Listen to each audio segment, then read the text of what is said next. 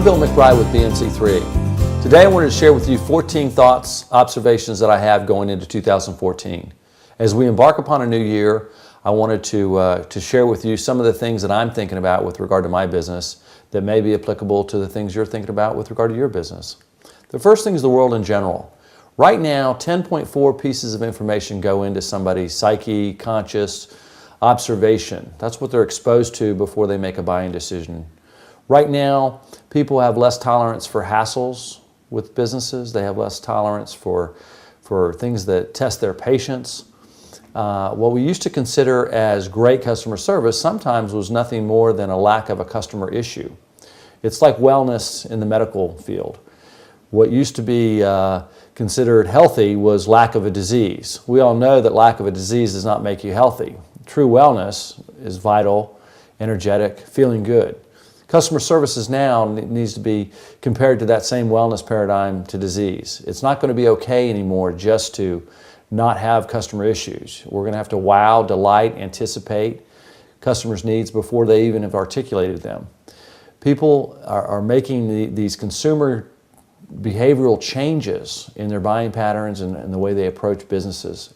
And it's going to put more demands and more strain on how we treat our staff, how we engage, how we make our products professional and user-friendly for everybody involved.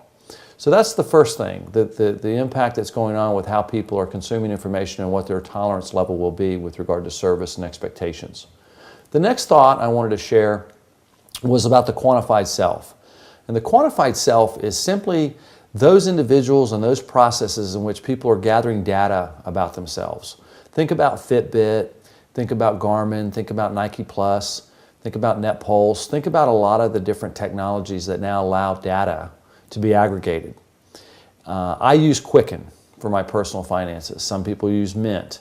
These products are agnostic to the financial institutions. They bring in information from Fidelity, from Schwab, from Wells Fargo, from any institution that you want to set up. But I can see my whole financial picture on these platforms. I think that's going to happen with the fitness technologies as well. Regardless of where you're pulling your data, from Garmin, from Fitbit, from Nike, it's all going to come into an area where you can look at yourself, your quantified self, and have a full understanding of your wellness, your fitness, your condition, your shape. And it's expanding into medical as well, and injury prevention. Right now there's patches that you can put behind your ear that test how many heavy impacts you've had that can lead to concussion. It's a disposable patch that measures concussion risk. There's patches that are going to be on your skin or clothing that can measure heart rate. Big potential for diabetes with blood sugar, skin temperature, hydration. So we're seeing a lot of technologies that are going to allow us to have more and more information, medical information, health and wellness information, activity information, consumption information, that'll give you a balanced approach and a balanced picture of your total well-being.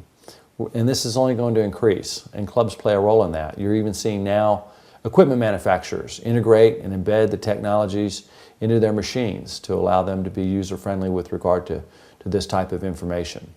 So how are you going to participate? How are you going to support your members? How are you going to support your staff supporting your members with regard to devices and technologies in the fitness arena? Number 3, social media. Social media is a Facebook page, a Twitter account, LinkedIn, YouTube. It's all those things that you have out there socially that you connect with your members and your staff and your communities. What used to be a yellow pages ad, is now a whole online presence. And your online presence is your footprint, your fingerprint. It's just as much about you and your business as your bricks and mortar offering. People don't look at your online presence and go, oh, that's their web presence. They look at that and they go, that's who you are.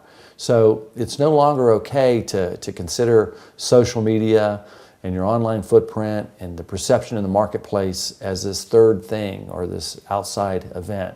It's part of your overall business. It's part of everything you do.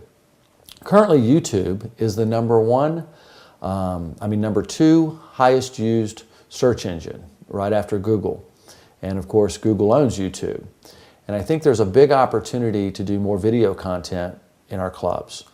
Members search your club, they search fitness in your marketplace, and what better way than video to show your staff, your other members that are getting success, testimonials, their story, their journey with health and fitness, events that you've done in the community to make the community a better place. So social media is not just about Facebook. It's about an integrated strategy around your online presence that connects you better to your members and better to your community. The fourth thing I wanted to talk about today is women. Women are becoming a more and more dominant buying force. By the end of 2015, 44% of the U.S. population will be women over the age of 40. This is driving a lot of other macro and micro trends in our industry. Matter of fact, a lot of trends in the world. Gross domestic product, the amount of brand purchases that women control, they are the dominant consumer group with regard to brand purchasing.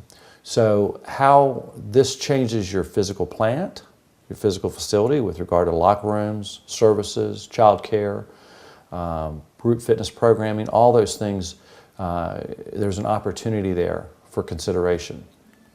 Group fitness, number 5 that I wanted to mention. Group fitness is on the rise, we know that. What are the benefits of group fitness programming? 1, group fitness members use the club more often than non-group fitness members. 2, group fitness members stay members longer. 3, group fitness members refer more people. 4, group fitness members spend more money. Group fitness is growing. We're seeing it in all types of modalities, studio offerings, but it's also serving a big consumer need. People want energy. People want to be in a place where there's people like them. There's the commonality. There's a reason that spinning is successful. There's a reason that Pilates is successful. And now there's a reason that yoga works and bar studios and all the different modalities are successful. They're successful because they bring people with common interests together, people that are like-minded, that can bond in an exercise environment. So not only are they enjoying the exercise and being able to completely release and check into that, they're also around other people like them. So group fitness is something to really embrace and really look at, not just from an offering, but from a strategic perspective.